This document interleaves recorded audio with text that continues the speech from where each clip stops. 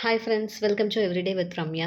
So இன்னைக்கு வந்து ஒரு நார்மல் டே சாட்டர்டே. அது மட்டும் இல்லாமல் ஷஷ்டியோடைய 4வது நாள். ரொம்ப இனிதாவே தான் போச்சு அப்படின்னு சொல்லணும். இன்னைக்கு வர வெதர் வந்து ரொம்ப டல்லாக இருக்குது அப்படின்றதுனால பசங்கள்லாம் ரொம்ப லேட்டாக தான் எந்திரிச்சாங்க. ஸோ எந்திரிச்சிட்டு என்னுடைய மார்னிங் வந்து நார்மலாக குக் பண்ணுறது அந்த வேலையெல்லாம் முடிச்சுட்டு கொஞ்சம் க்ளீனிங் ஒர்க்லாம் முடிச்சுட்டு என்ன பண்ணலாம் அப்படின்னு சொல்லிட்டு வழக்கமாக இன்ஸ்டாகிராமை ஸ்க்ரால் பண்ணிகிட்டே இருக்கும்போது தான் இன்றைக்கி ஒரு திடீர்னு ஒன்று எனக்கு ஞாபகம் வந்தது. ஆக்சுவலா நேத்து நாங்க வந்து பைசன் மூவிக்கு போயிருந்தோம். நானும் என்னோட ஹஸ்பண்டும். அத பத்தி அ ஒரு சின்ன விஷயம் நான் சொல்லணும். இத வந்து எல்லாரும் அகெயின்ஸ்ட்டா எடுத்துக்காதீங்க.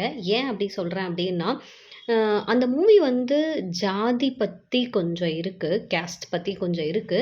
அ பட் வந்து இப்ப உள்ள காலகட்டத்தில எனக்கு தெரிஞ்சு மைபி கிராமத்துலலாம் வந்து இன்னும் அந்த கேஸ்ட்ட வந்து ஃபாலோ பண்ணிக்கிட்டு இருக்காங்க அப்படின்னு நெனைக்கிறேன். ஆனா, இப்போ நான் பார்க்குற வரைக்கும் பார்த்தீங்கன்னா, எங்கள சுத்தி இருக்கிறவங்களா இருக்கட்டும், என்னை சார்ந்தவங்களா இருக்கட்டும், நெறைய பேர் வந்து ரொம்ப மாறியிருக்காங்க அப்படின்றத நான் சொல்ல விரும்புறேன். இது வந்து என்னுடைய கருத்து அப்படின்னு தான் நான் சொல்லுவேன்.